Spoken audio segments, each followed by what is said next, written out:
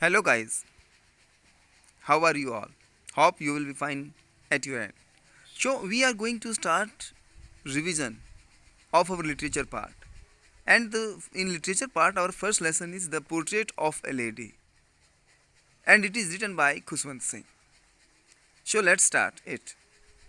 So we are going to revise the summary today of the lesson first, the portrait of a lady.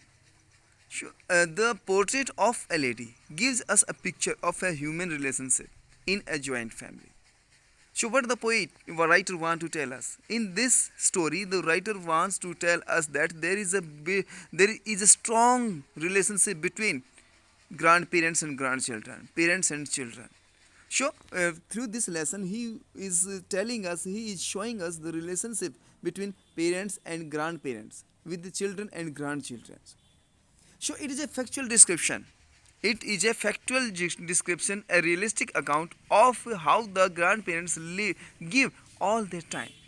ये एक सच्ची बात है, एक सच्चे अकाउंट है और इस सच्चे अकाउंट से बताना चाहता है कि किस तरह से ग्रैंड पेरेंट्स, दादा दादी अपने पोता पोती को, अपने ग्रैंड चिल्ड्रन को अपना टाइम, ऑल देयर टाइम, अपना पूरा टाइम देते हैं, अटेंशन देते हैं and love to their grandchildren. The description of the author's grandmother is deeply moving. कि जो डिस्क्रिप्शन है ग्रैंड मदर का वो बड़ा ही हमें हिला देने वाला है with the touch of humour and poetry in it. और इसमें वो हमें हिला देने वाला है, इसमें टच रखा गया है ह्यूमर का भी, मजाक का भी एंड पोइट्री का भी. So she was so old कि दादी बहुत बूढ़ी थी, that she could not be older. और वो उससे ज़्यादा बूढ़ी नहीं हो सकती थी, कि वो इतनी बूढ़ी थी कि वो इससे ज़्यादा बूढ़ी नहीं हो सकती थी. It was difficult to believe that. और ये विश्वास करना मुश्किल था कि she once used to play games as a child, कि वो भी कभी बच्चों की तरह गेम खेलती थी. And was even young and married, वो भी कभी जवान या वो भी कभी शादीशुदा थी. She seems to have stopped growing older. अब उसने बड़ा होना, बूढ़ा होना बंद कर दिया था, वो रोक चुकी थी. In the village she was left alone with her little grandson.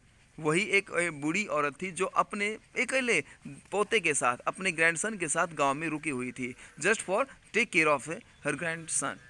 She was religious minded, वो एक धार्मिक प्रवृत्ति की, धार्मिक माइंड की लेडी थी. She was all the time telling the beads of the rosary, और वो हमेशा अपनी माला जपती रहती थी. Yes, she took the child to temple school, और वो अपने बच्चे को, अपने पोते को, खुशवंत सिंह को अपने साथ टेम्पल के साथ जो लगता हुआ स्कूल था, उस स्कूल में अपने साथ उस स्कूल में ले जाती थी. इनसाइड और the inside she read holy books, और मंदिर के अंदर बैठ करके वो बुक्स पढ़ती थी, पवित्र किताबें पढ़ती थी, धार्मिक ग्रंथ पढ़ती थी. और उस दौरान जो खुशवंत सिंह था वो स्कूल में जा करके अल्फ़ाबेट्स या प्रेयर्स वहाँ पे सीखता था. वाइल रिटर्निंग होम, जब वो घर वापस आते from school, she fed the village dogs, तो गांव वाले कुत्तों को खाना खिलाती थी, रोटी खिलाती थी.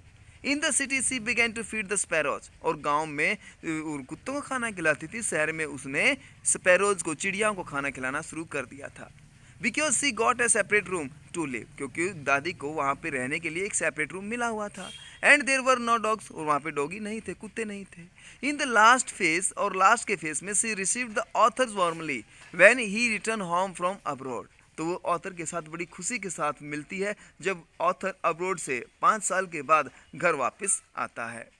सी सैंग हिज होम कमिंग, और वो घर आने वाले गीत उसके लिए गाती है. बीट द ड्रम, ड्रम को बजाती है. She was taken ill and she died, और फिर वो हल्की सी बीमार हो जाती है और उसी बीमारी के कारण वो चल बसती है. Even the sparrows went into mourning, even the sparrows, even वो चिड़िया भी जो थी वहाँ पे बैठी, इसको जो खाना खाने आती थी दादी के हाथ से, वो चिड़िया भी मौन शौक मनाती है दादी के मरने का. Yes, and such was that lady was a noble shawl, और कहा गया है कि ये जो लेडी थी वो एक नॉबल शॉल थी.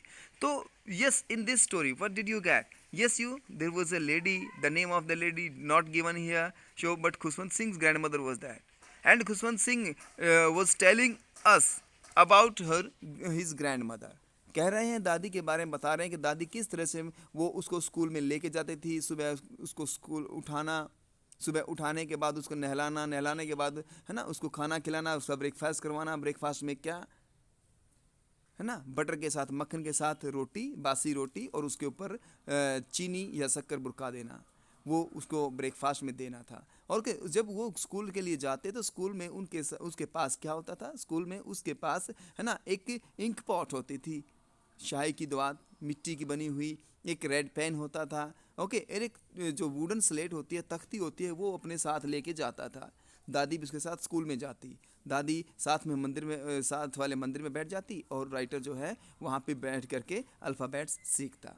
जब वो वापस आते तो गांव वाले कुत्तों को खाना खिला देते थे।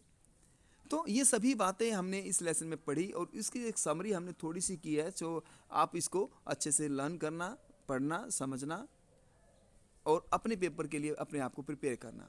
Thank you, have a nice day.